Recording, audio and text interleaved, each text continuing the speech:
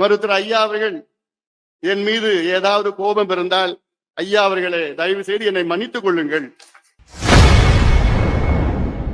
இன்று பாமக சார்பில் நடைபெற்ற பொதுக்கூட்டத்தில் பேசிய அக்கட்சியின் தலைவர் அன்புமணி ராமதாஸ் தந்தை ராமதாசிடம் மன்னிப்பு கேட்டுள்ளார். மருத்துவர் ஐயா உள்ளிட்ட உலகில் வாழ்கின்ற அத்துணை தந்தையர்களுக்கு என்னுடைய வாழ்த்துக்கள், பாராட்டுகளை நான் தெரிவிக்கின்றேன். மருத்துவர் ஐயா அவர்கள் நீண்ட ஆயுளுடன் வாழ வேண்டும். 100 ஆண்டுகளுக்கு மேல் நல்ல ஆயுளுடன், நல்ல மன நிம்மதியுடன்,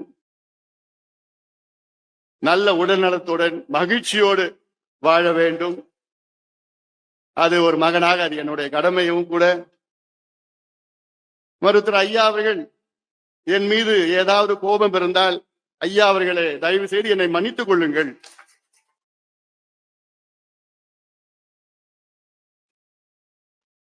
தந்தையிடம் மன்னிப்பு கேட்பது ஒரு பெரிதல்ல. அதே வேளையிலே ஐயா அவர்கள் 100 ஆண்டுகளுக்கு மேல் நல்ல மகிழ்ச்சியோடு வாழ வேண்டும்.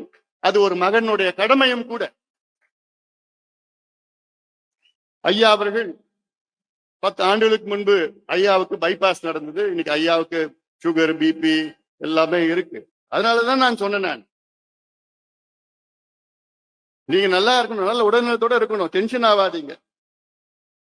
நீங்க சொல்லுங்க, என்னென்ன செய்யணும்னு சொல்லுங்க. ஒரு மகனாக, கட்சியின் தலைவராக அப்படி டக்கு டக்கு டக்குன்னு சொல்லிட்டு செய்யலாம், சுலபமா செஞ்சுட்டு போலாம். ஐயா அவர்களே வருத்தப்படாதீங்கள், கவலைப்படாதீங்கள், கோவப்படாதீங்கள். ஏன்னா இது நீங்க உருவாக்கின கட்சி. இது உங்களுடைய கனவுகளை நனவாக்குவோம். 45 ஆண்டு காலம் உழைப்பு, உங்களுடைய உழைப்பு சாதாரண உழைப்பு கிடையாது. நீங்கள் இன்று தேசிய தலைவர்.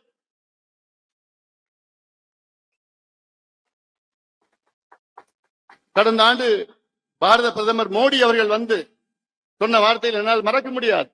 ஐயா, இந்தியாவிலே மூத்த அரசியல் தலைவர் ஐயா அவர்களே என்று சொன்னார். தமிழ்நாட்டில் சொல்ல, இந்திய அளவிலே. செய்திகளை உள்ளது உள்ளபடி தெரிந்து கொள்ள ரெஃப்ளெக்ட் நியூஸை சப்ஸ்கிரைப் பண்ணுங்க.